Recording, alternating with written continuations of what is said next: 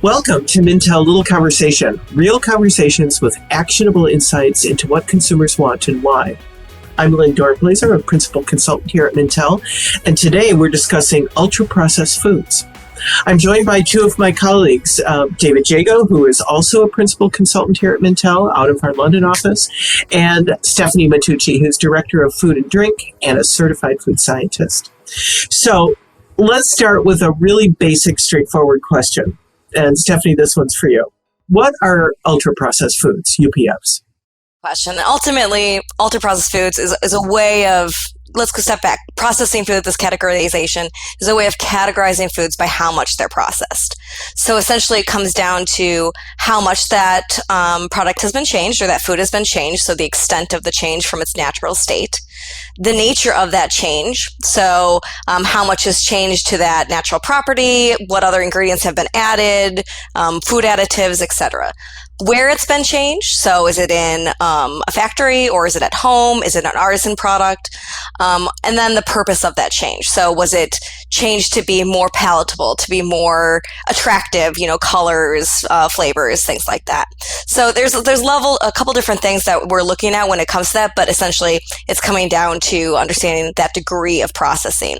So ultra-processed foods themselves are going to be at the far end of that spectrum, experiencing the most levels of processing. So I guess the bigger question is, do consumers understand all that? Well, I think it's pretty complex. Food processing itself is very complicated, and there's many things that are going into to make food more affordable and make it safe for consumers. And at the end of the day, while I list off many different things that you can look at to determine how processed a food is, and there are different ranking systems to establish that for the end consumer, unless that's a number or a score directly on pack, they're going to really be left to those same decisions that they've been using to decide if a food is right for them. And that comes down to the nutrition label and the ingredient statement. So really, it's a continuation of what we've seen with Clean Label for many years. Yeah, I'd wholeheartedly endorse that. To me, it's a continuation of Clean Label, but reinvented in different language. And the biggest challenge, surely, is that consumers don't know what processing food is all about. Most consumers have very little understanding of it. I know, Lynn, we've had this conversation in the past, probably with you as well, Stephanie, working in the food industry for the last 30 plus years. Yeah, you always say to people, can you just take your food hat off for a minute and think about what your next door neighbour looks at and what they understand? And I think that's what it comes down to, isn't it? Most people don't understand how processed food even ends up the way it is. Yeah, and to make it even more specific, there's this level and that level, and the other level, I think, is so challenging for consumers to understand because it's hard for a layperson, I suppose, to be able to look at a product and understand that. Stephanie, you mentioned scoring systems. Do you think scoring systems, and there are several of them out there, do you think they help? Do you think that's a good way to go for companies? It certainly depends on maybe where you are on that score or what market you're in, and if it's going to be something you're required to put on package. But I think that those numbers kind of simplify the true story behind the product, perhaps, and we've seen that with Nutri-Scores, nutritional scoring systems that have good intentions to give consumers and guide them to make the best choices, but it's not a one-size-fit-all. And I think that is maybe the bigger picture here when we're talking about health and choosing foods, is that it's becoming so individualized. It's really depending on what you need. We've seen a host of different types of diets, things like that. So one thing I'm thinking right now is fiber. That's something that's lacking in a lot of people's diets, but not everyone can tolerate the same fibers the same way. So like if a score was higher because it had added fiber in it, but it gives you digestive discomfort for other people. Does that make sense? I'm kind of rambling here. It makes sense to me. See, nods. No, that does. Yeah. It makes sense to me as well. So we've seen some talk about the NOVA score, which is specifically related to ultra-processed foods. In some markets, not in North America so much, but in some markets, we also see Nutri-Score. Dave, you've seen Nutri-Score far more, being in the UK. Do you think the scoring systems help? Yes, to some extent. Nutri-Score really was born out of the French market, and it's really well established there and spread into parts of continental Europe from there. And there are some products with Nutri-Score labels in the UK, but not many. It's much more of a continental Europe thing. And I think it helps, and it's dare I say, a step in the right direction, simply because it's not just a simple traffic light system. For the first time, it tried to evaluate the positives of nutrition as well as the negatives. So it's not just about, flagging up products that are high in sodium, high in sugar, high in fat, but it also balances that against products that deliver on other nutritional benefits, and it tries to give a kind of more even score. And I think from that point of view, it's quite useful. It's still, as Stephanie alluded to, I think it's still too simplistic in its detail, but it's a step in the right direction. I think it helps consumers to make some decisions. I very much doubt personally whether it prevents most consumers from buying a product.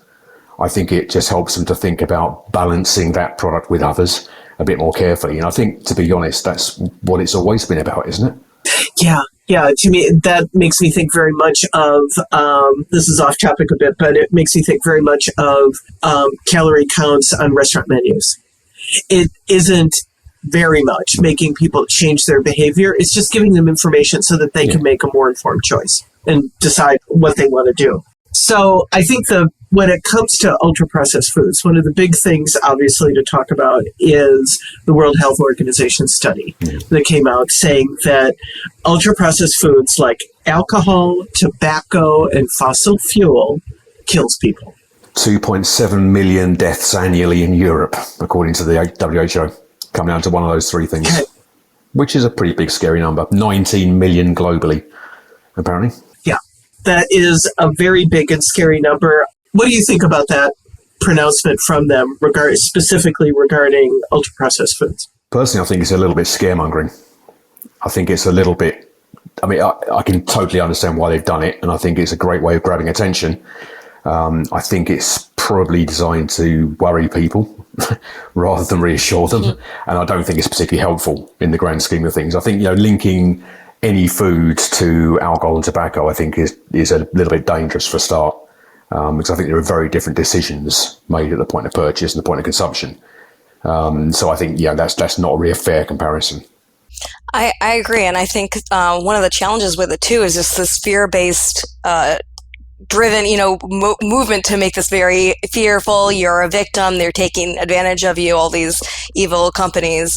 And it's really not the case. And it does take away the agency a consumer has to make their own choices for themselves in their own life. It's not about, there's lots of choices you can make. So I think it's challenging. Yeah, I think to my mind, it also really neglects the other really big elephant in the room, which is convenience, actually two elephants, sorry, convenience and affordability and accessibility. Yep. Yes. And I think, we can talk about nutrition in the context of UPFs as much as we'd like, but at the end of the day, consumers don't buy into UPFs thinking they're health foods. They buy into UPFs because they're convenient, affordable, accessible. Primarily, those are the drivers. We know that just from looking at the categories that have been highlighted by WHO. They talk about processed meats and prepared meals and sugar sweetened beverages, things like that. Those are not products that people go to for health benefits. And although there may be health benefits present in some products in that category, that's not what it's about. That's not the big driver. Mm-hmm. I think more and more about UPFs and those issues, especially of affordability. It feels like the WHO and other scaremongers as well out there are creating this divide, similar to what we've seen with organic foods and even clean label, where it's if you have the means and the ability, either in terms of money and or time, you can live a healthier life. If you don't have the means, you're stuck buying these terrible things that are bad for you. And that also just feels very, very wrong. That's not really the right way to go about addressing this issue. No, I agree. And I think it also doesn't really help find a solution to it, because is that meant to encourage the food industry to do something about it and change it? Not really. Or is it meant to scare consumers into buying things differently or consuming things differently? And that's not going to work. No, it's not going to work. There will always be people who might want to make the choice to buy products with clear ingredient statements, for example. But if they have to choose between that and buying enough to feed their family, you know which or way to they're feed going their to go. family in the 25 minutes they've got free that day to do it. Yeah. Exactly, and with the cash that they have on hand to be able to buy groceries as well. Yeah.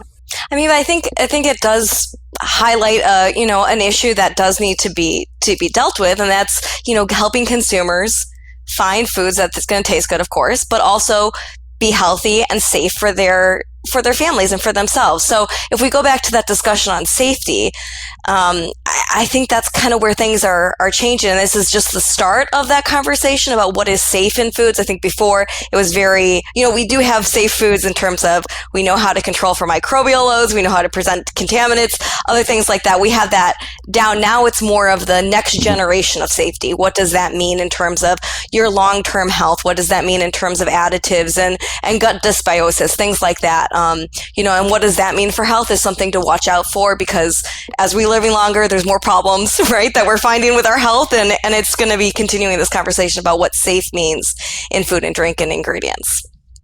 So what should companies do? I mean, you've got to face up to the fact that whether they like it or not, it's in the public eye now. UPFs are in the news. They become a news headline.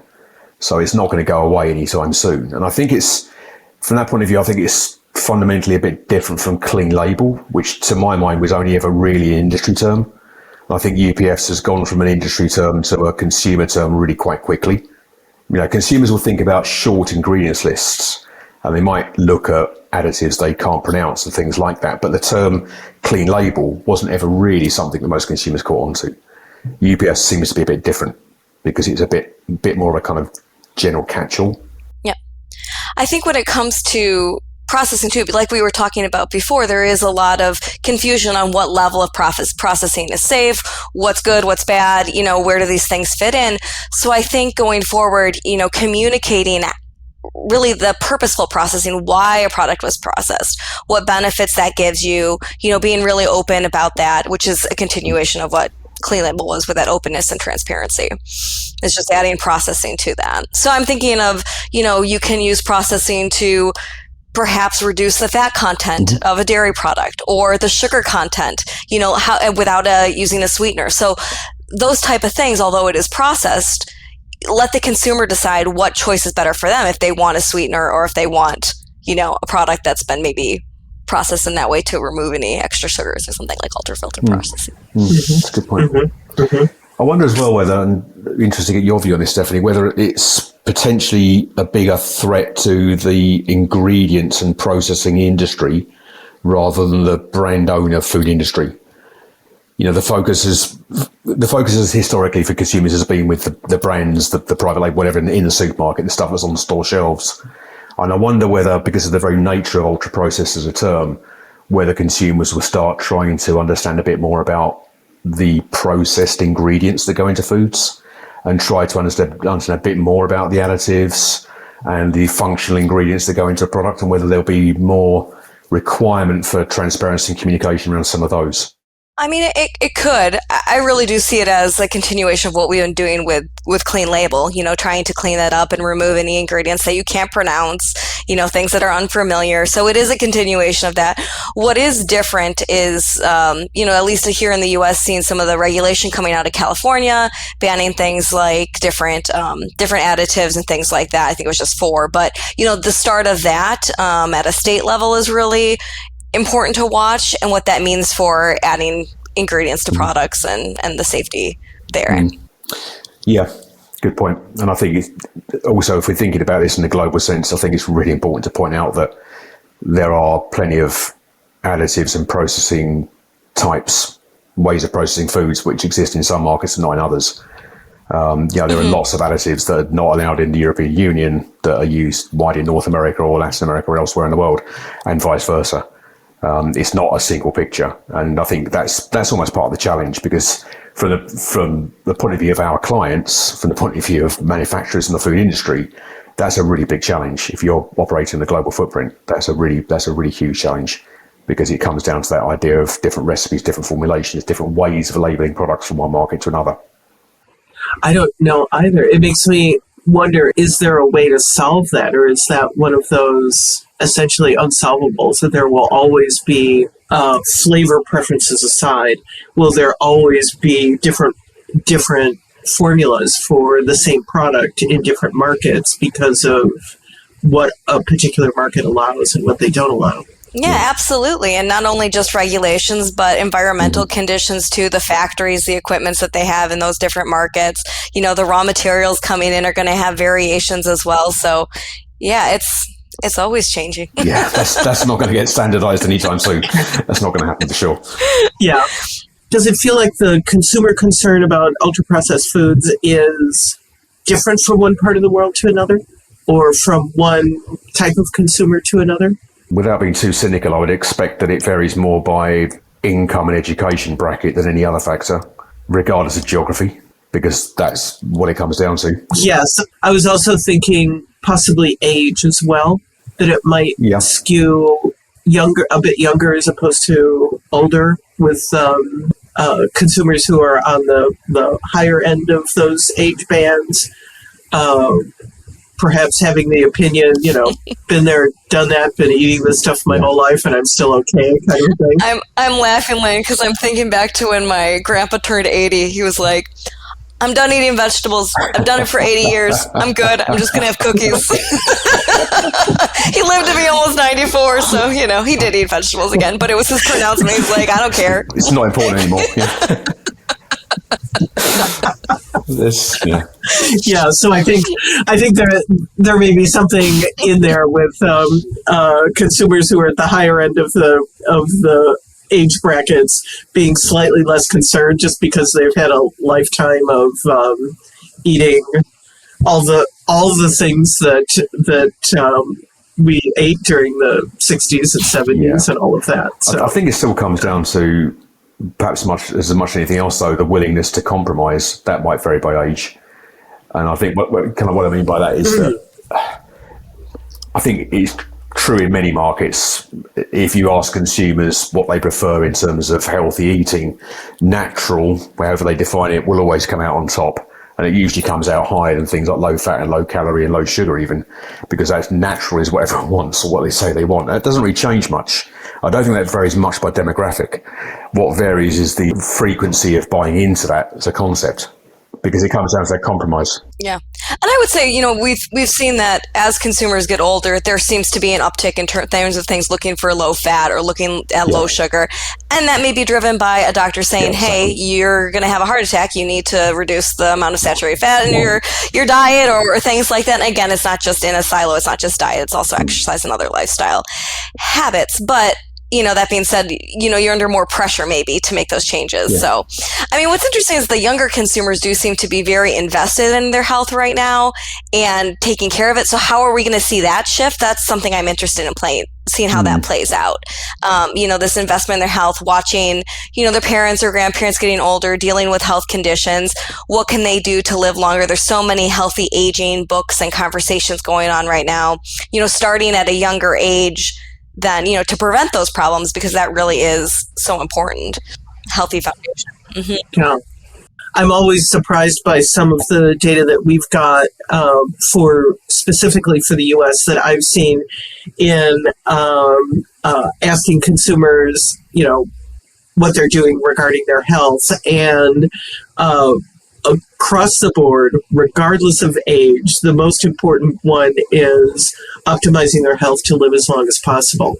And it has always surprised me that younger consumers, that's just as important to them as it is to consumers who are older, who've got a much shorter runway to sort those things out.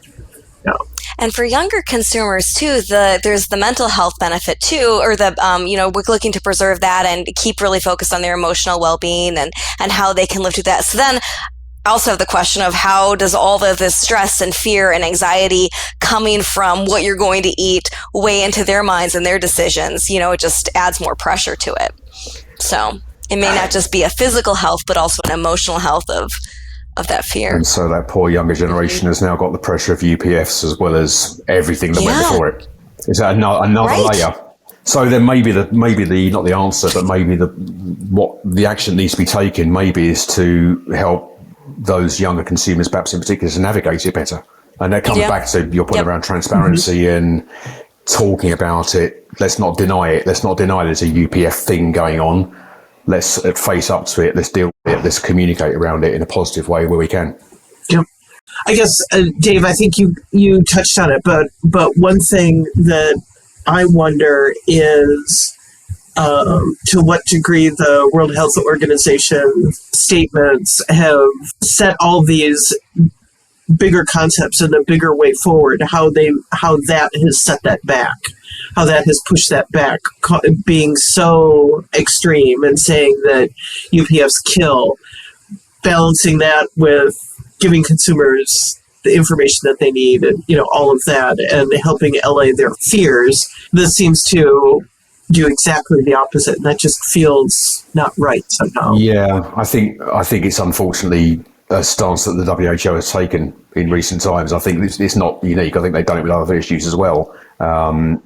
Was it the last? I'm not sure if it was the World Health Organization, but the gas stoves conversation and the health risks associated with that. Certainly, that's a longer transition period, right, to take those out of homes and transition that. But we see some municipalities banning gas stoves from new buildings, but they're still going to be in a lot of homes. That's not going to happen ever in Europe. Just from legacy. That's never going to happen in Europe. So talk about regional differences. Yeah, wow.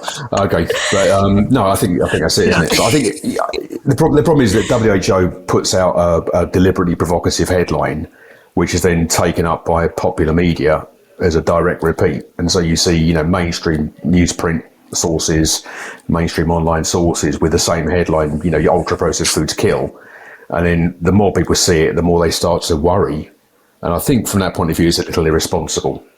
As I said earlier, I think I can totally see why they did it. It's a fantastic way of grabbing attention, but it seems a little unfair. It's just a bit too simplistic. Mm-hmm. Well, this has been a really informative discussion about ultra-processed foods. A couple key points really stand out to me, a couple of key takeaways. One is, yes, this discussion is a little bit like clean label, but ultra-processed foods and UPFs as a term is much more consumer-facing and much more of a consumer term than clean label ever was.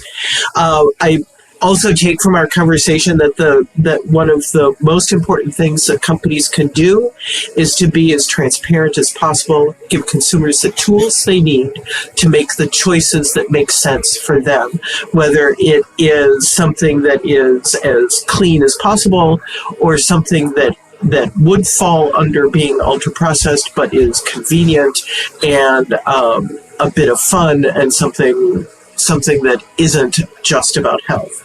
So again, there's a lot of great stuff in here, and I thank both of you so much for being with us. Thanks to all of you for listening in today, but as you know, the conversation doesn't end here. So if you go to Mintel's LinkedIn and Instagram, please let us know what you think, because we'd love to hear your thoughts on UPFs and any other topic as well. If you want to know more about Mintel, visit Mintel.com and sign up to become a member of the free Mintel Spotlight community. Make sure you never miss an episode by subscribing on iTunes, Spotify, or wherever it is you get your podcasts. Goodbye for now, and we'll catch you next time for a new episode of Little Conversation.